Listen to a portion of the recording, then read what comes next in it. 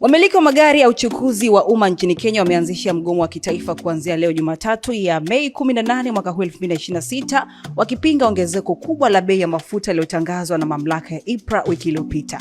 Mgomo huu ulihusisha sekta mbalimbali ya usafiri ikiwemo matatu, bodaboda, teksi na mabasi na magari ya mizigo pamoja na madereva wa usafirishaji watalii. Kwa mujibu wa taarifa ya IPRA iliyotolewa Mei 14, petroli iliongezeka kwa shilingi ya Kenya 16.65 hadi kufikia shilingi 214.25 kwa lita, na diesel ikipanda kwa shilingi 46.29 hadi kufikia shilingi 242.92 kwa lita, na mafuta ya taa bado haijabadilika bei. Muungano wa wadau wa usafiri nchini Kenya wamesema serikali imeongeza bei ya mafuta kwa kiwango kisicho cha haki, na hali hiyo imefanya biashara ya usafirishaji kuwa ngumu sana. Viongozi wa sekta hiyo pia wameitaka serikali kufuta ongezeko la bei ya mafuta, kupunguza kodi na tozo kwenye mafuta, lakini pia kuruhusu ushindani wa soko badala ya udhibiti mkubwa wa serikali kwenye bei ya mafuta.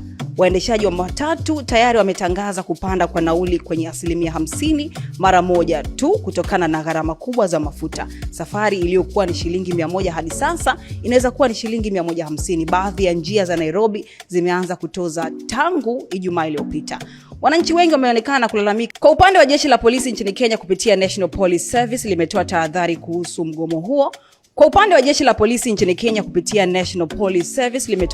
Kali kuhusu mgomo huo, huku msemaji wa polisi Muchiri Nyaga anasema polisi wameongeza ulinzi katika maeneo mbalimbali nchini Kenya, lakini pia kwa wamiliki wa magari watakiendelea kutoa huduma watapewa ulinzi. Yeyote atakayesababisha vurugu na kufunga barabara atachukuliwa hatua kali za kisheria, huku kwa wananchi watatakiwa kuendelea na shughuli zao kwa utulivu. Lakini pia polisi wanasema baadhi ya makundi ya usafiri hayajaunga mkono mgomo huo na yanaendelea kutoa huduma kama kawaida. Ripoti kutoka maeneo mbalimbali nchini Kenya zinaonyesha maelfu ya abiria wakikwama vituoni, huku baadhi ya barabara zikifungwa na vizuizi na magari yaliyokuwa yakielekea Nairobi yakirudishwa.